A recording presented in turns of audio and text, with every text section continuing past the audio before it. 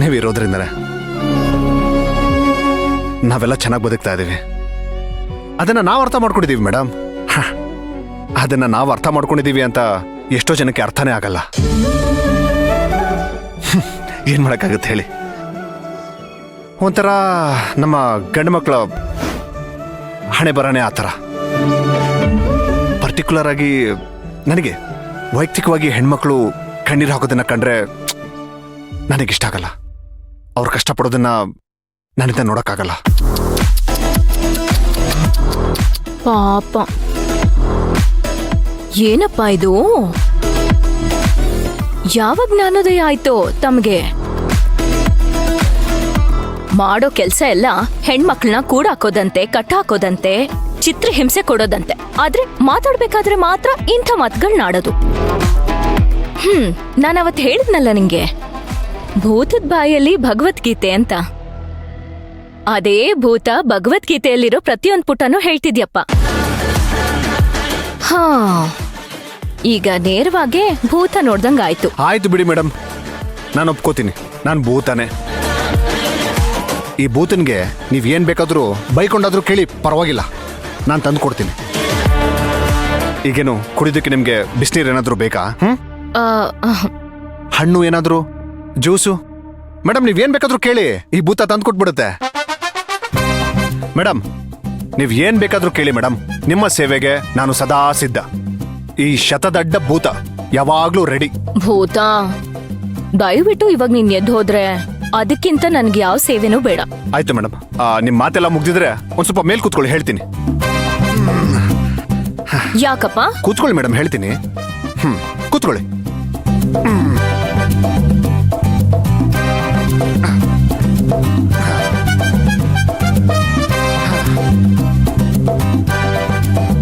ಭೂತಾನೆ ಹೇಳ್ತಾ ಇದೆ, ನೀವಿನ್ನು ಹೋಗಿ ಬನ್ನಿ.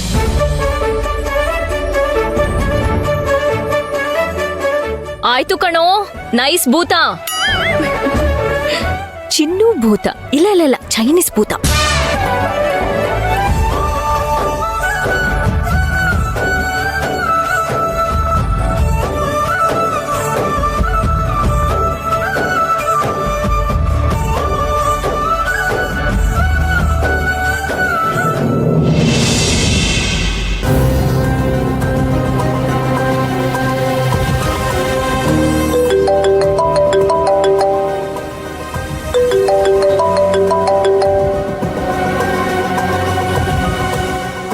ಹೇಳ್ರಿ,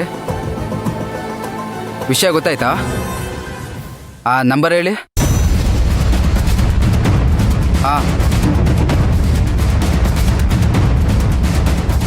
ಸರಿ, ಥ್ಯಾಂಕ್ ಯುಪ್ಪ. ನಾನು ಬೆಂಗಳೂರು ಕಡೆ ಬಂದಾಗ ಖಂಡಿತ ಸಿಗ್ತೀನಿ.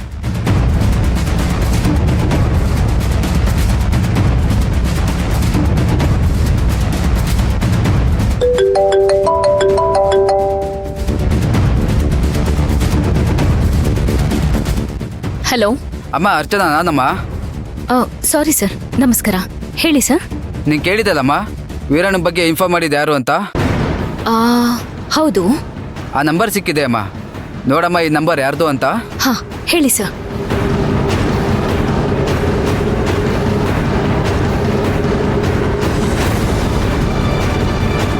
Okay okay, thank you sir.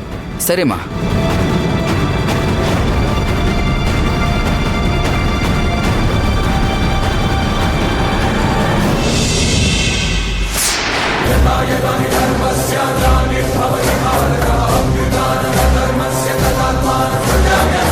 ಅಣ್ಣ, ಏನ್ ಆಟ ಆಡ್ತಿದ್ದೀರಾ? ನೀವೆಲ್ಲೂ ಹೋಗೋ ಹಾಗಿಲ್ಲ. ಇವತ್ ಮಧ್ಯಾಹ್ನ ನಿಮ್ಗೆ ಅಂತ ಹೊಸ ರೆಸಿಪಿ ಮಾಡಿಟ್ಟಿದ್ದೀನಿ. ನೀವು ಊಟ ಮಾಡೇ ಹೋಗ್ಬೇಕು. ಶಾಂತಿ ನಿವಾಸದಲ್ಲಿ ಅಣ್ಣ ಇದ್ದಾನೆ ಅನ್ನೋ ಇನ್ಫಾರ್ಮೇಶನ್ ಕೊಟ್ಟಿದ್ದು ಮಂತ್ರನ.